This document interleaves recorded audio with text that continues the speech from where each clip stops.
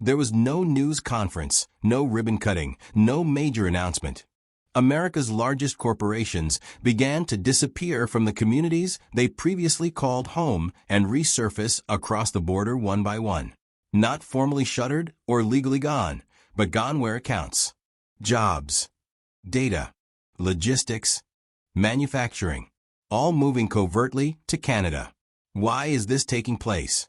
What knowledge do these CEOs possess that the average American does not? Above all, who will be the next?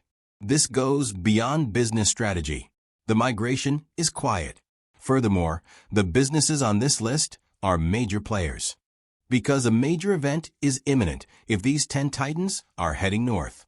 Number 5, Salesforce. The invitations to conferences ceased to arrive. The practical training sessions were conducted virtually. The oddest thing is that nobody explained the reason to the engineers. Nothing but quiet. Meanwhile, LinkedIn exploded with Salesforce listings in Quebec, while San Francisco's tech job forums began to fade. What's actually happening, then? Because Salesforce started relocating important staff north after covertly leasing Bombardier's former research center in Montreal. Strategic development, data operations, and even some AI training have been discontinued. Is cost reduction the only consideration here? Or has Canada unobtrusively emerged as the next tech hub?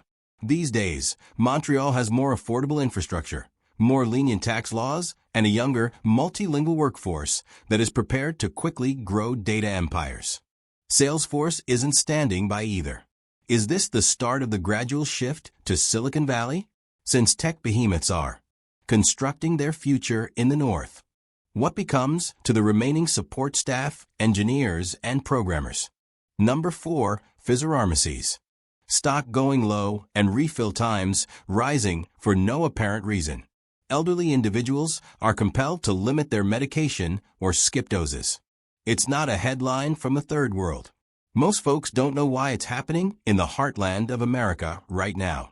Pfizer developed a sizable clinical and research center in 2025. Mississauga, Ontario, now subtly referred to as North America's pharmaceutical capital. This action caused the corporation to refocus its internal development, supply chain, and logistical priorities away from U.S. markets. How do you inform a diabetic 75-year-old in Illinois that their medication is not on time, since Canada was the first to get them? Furthermore, if this is only the start, how long until other major drug companies follow? According to Pfizer, the goal is to simplify invention. However, what happens if those who rely on stability are marginalized by innovation? Because health, trust, and peace of mind travel with medicine when it crosses national boundaries. Number 3, Heinz. The same aisle shelves had been vacant for weeks. Where your favorite ketchup used to be, retailers are temporarily posting signs indicating that it is out of stock. Additionally, some Americans are choosing store-brand baked beans for the first time in decades. They have no other option, not because they want to. What became of Heinz? The Kraft Heinz firm opened a state-of-the-art production plant in Montreal, Canada, at the beginning of 2024. Silently, without any gaudy advertisements or public introduction, yet with instant results. Heinz opened more than just a new facility. They went back into their supply chain. Suddenly, important U.S. states like Nebraska, Iowa, and Ohio started to report ongoing shortages. So why would a well-known American company move its main manufacturing to the north? Because through international trade agreements, they discovered lower export tariffs, cheaper labor, and significant tax benefits in Canada. In a boardroom, it's fantastic, but it feels like a betrayal to the families who have made Heinz a tradition. Without Heinz ketchup, what would a 4th of July be? Without the beans that Grandma used to serve, what would a weeknight supper be? And what else do we begin to lose when comfort food stops being available?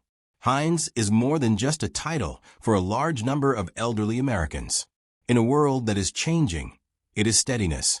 When a single item is discontinued, missing, which is a hassle. However, it conveys a more profound message when it starts to appear consistently across stores and months. The businesses you have faith in might not be looking back. This is where the true worry lies. Who will follow Heinz if he can do it covertly? In the pursuit of efficiency, how many other well-known companies will subtly cross the border, leaving behind nothing but ghost shelves and dim memories? Because the country you thought you lived in begins to feel strange whenever the food on your table starts to come from somewhere else. And it's not only the ketchup that disappears. Number 2, Chevron. The neighborhood gas station shuts down early. Fuel deliveries are often non-existent or arrive late. Midwest farmers begin limiting diesel because there is just not enough to go around, not because prices have skyrocketed. Furthermore, the demand for gas has not decreased despite all of this. What is the reason of the fuel's disappearance? Chevron quietly redirected resources and reshaped its business model in 2025 when it announced a significant investment in a new green refinery project in Saskatchewan, Canada. Fuel strategy for North America. Strong Canadian subsidies are supporting the refinery, which was constructed to support environmentally friendly refining processes. It sounds progressive, doesn't it? Here's the issue, though. Chevron's rural distribution lines in the U.S. are drying up as it shifts operations and capital north. Farmers are growing anxious as supply interruptions are already being reported in Kansas, Nebraska, and portions of the Dakotas. If you have a tractor, how do you harvest 2,000 acres? Lacks fuel?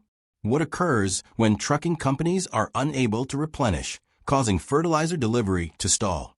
This goes beyond gas. It concerns the overall rhythm of agriculture.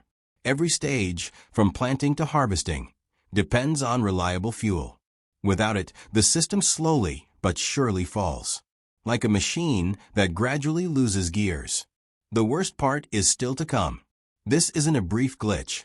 Chevron made a strategic turn toward a long-term green strategy with its move to Canada. They're placing significant bets on the future and escaping the present. What does it imply, therefore, when one of the biggest energy companies in America begins to invest more in Canada than the nation where it was founded? And before entire regions are left stranded, how many more peaceful exits will there be? For the people who live in the agricultural heartland of America, the risk lies not in the news stories, but rather in the mornings when nothing gets started because nothing was provided. And who will be left to supply the nation's backbone with fuel after Chevron's tankers cease to arrive?